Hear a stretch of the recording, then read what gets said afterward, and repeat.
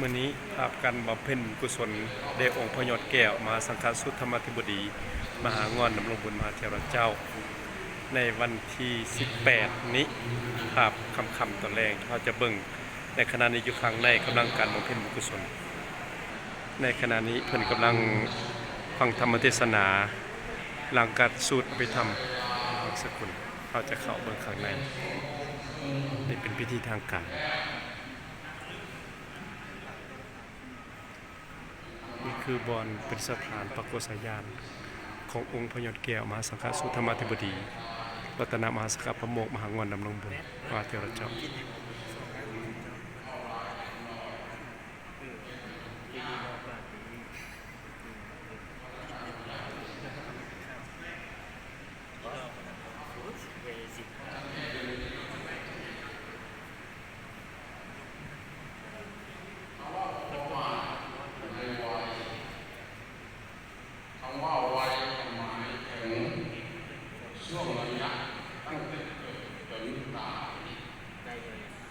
ในขณะนี้คือพระเดชพระคุณห้องประธานศูนย์กลางองค์การผู้พัฒนาสัมพันธ์แห่งสปปลาวองค์พระนักแก้วมหาวรญาณาธิบดีมหาเวทมาเสนัยกำลังแสดงธรรมเป็นภาพทุกๆมื้อที่เป็นทางการจนอายุไปฮอด25-30เป็นว่าปฐมวัยวัยต้นก่อนเข้ามาใหญ่ยังปฐมเรื่องแค่ปฐม4เดี๋ยวนี้เขาจะเริ่มตั้งแต่อนุบาล1อนุบาล2อนุบาล3เข้าปฐมมัธยมต้นมัธยมทั้งหลักและเอกชนให้เอาเหตุใดคือว่าโอปมามัชฌิมวัยวัยกลางเป็นวัยทำงานเป็นวัยสร้างครอบครัวเป็นวัยมีหน้าที่การงาน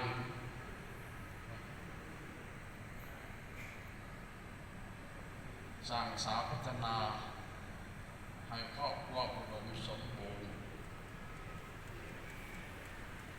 วัยสุดท้าย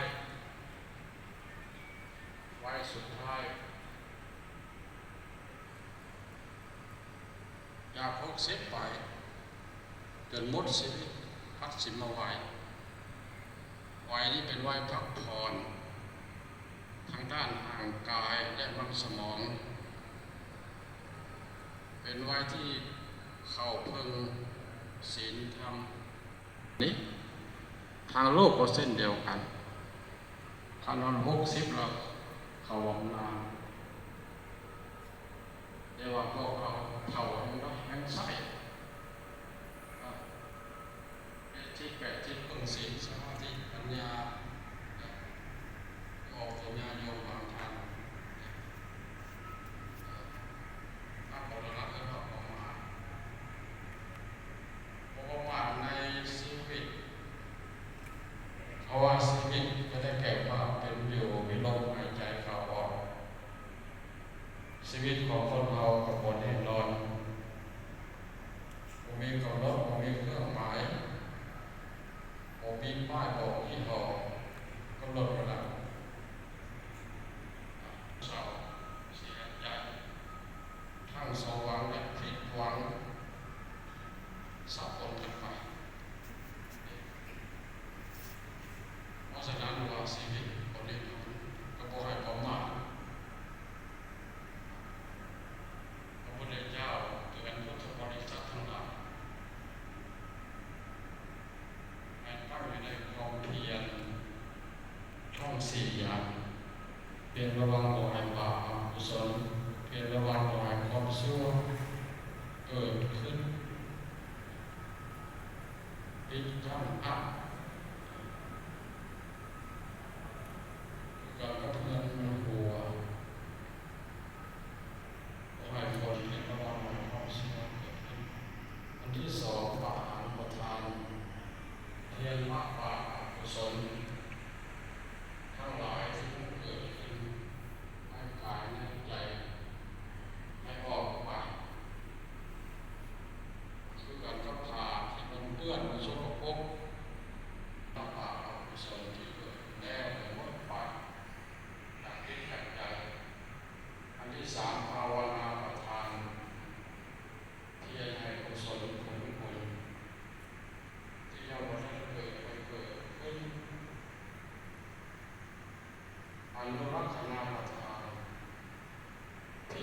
กันกับเกลือรักษาความเค็ม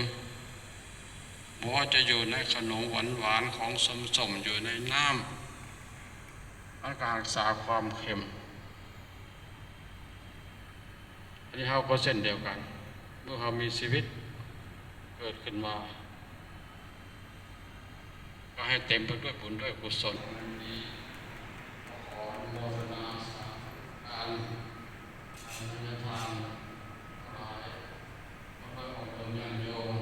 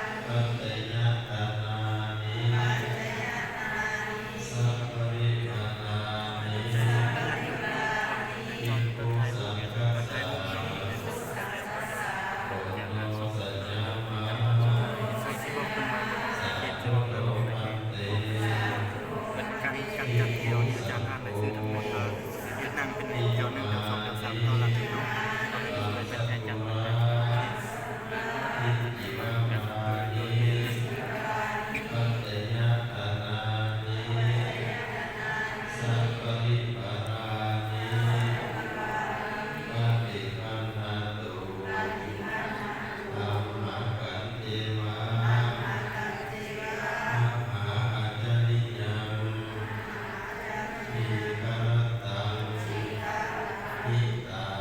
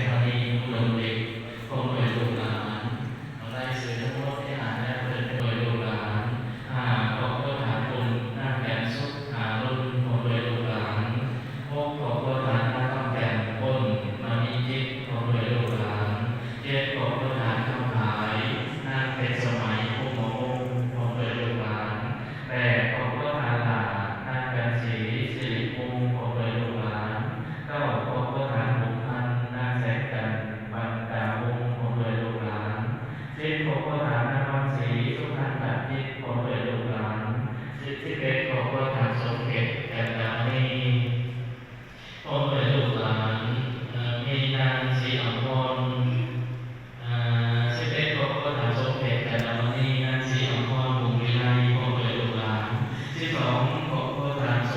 มคิดพงศักดิ์13พบเพื่อทานสายน้อยท่านตุนคำวรรณศรีพบเพื่อลูกหลาน14นั่งดาราสว่างเพื่อทง15ทานสมสุขนาศีอาวรเพื่อนางน้อยปุกวิไล16ป่าวันดาราอัมไพพลอย17ป่าสมจิตสุวรรณและนางเพียงสุขสิริมงคล18เกิดวันบานุพงศ์19ป่าขำและดาวรัตน์ทิสาวทองมณีปัญญาวงศ์ลำดับที่21ฐานะบัวพันธ์ดวงเดือนลำดับที่22ป่าบัวพันธ์ปทุมพรลำดับที่23นางแก่นสมรทองสักดีลำดับที่24นางวิไลจิตเจริญสุขลำดับที่25ครอบครัวเฒ่าสมเด็จนางมโนราสิทธิพรลำดับที่26ป้าปามงและพบเปิดการทุกทางเป็นสองแถวต้องเป็นทั้งหมดนี้กันไปถวายผ่านไปสุดเดียวกันต้องทานสองทางก็ผ่านไปแข่งต้องเป็นสองแถวแล้วเอาไปดูกันมาแล้วกันต้องการมีอะไรสื่อได้เกิดมาอนุโมทนาต้องการมีท่านเพื่อให้อนุโมทนากัน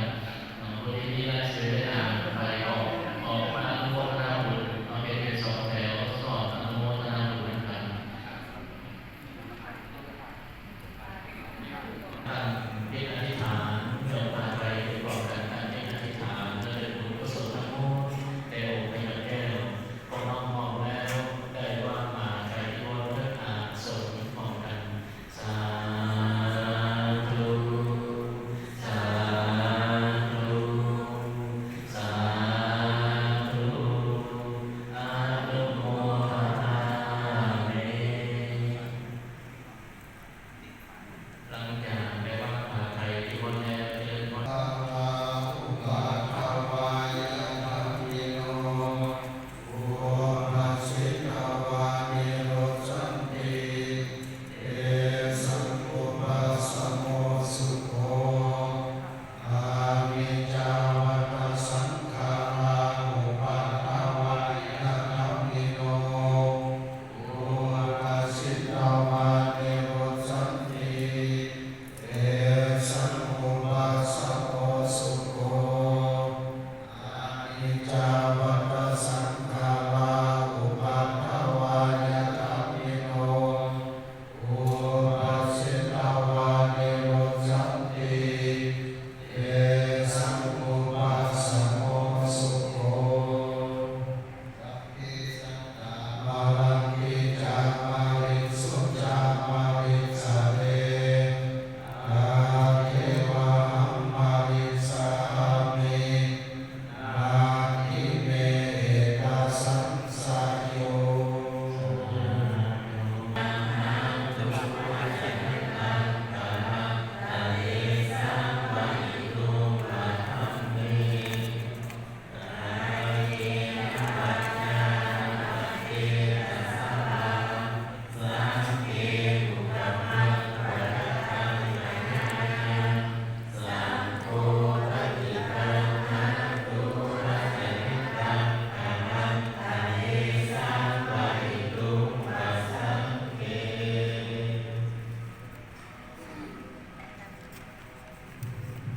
ขลังเกวะ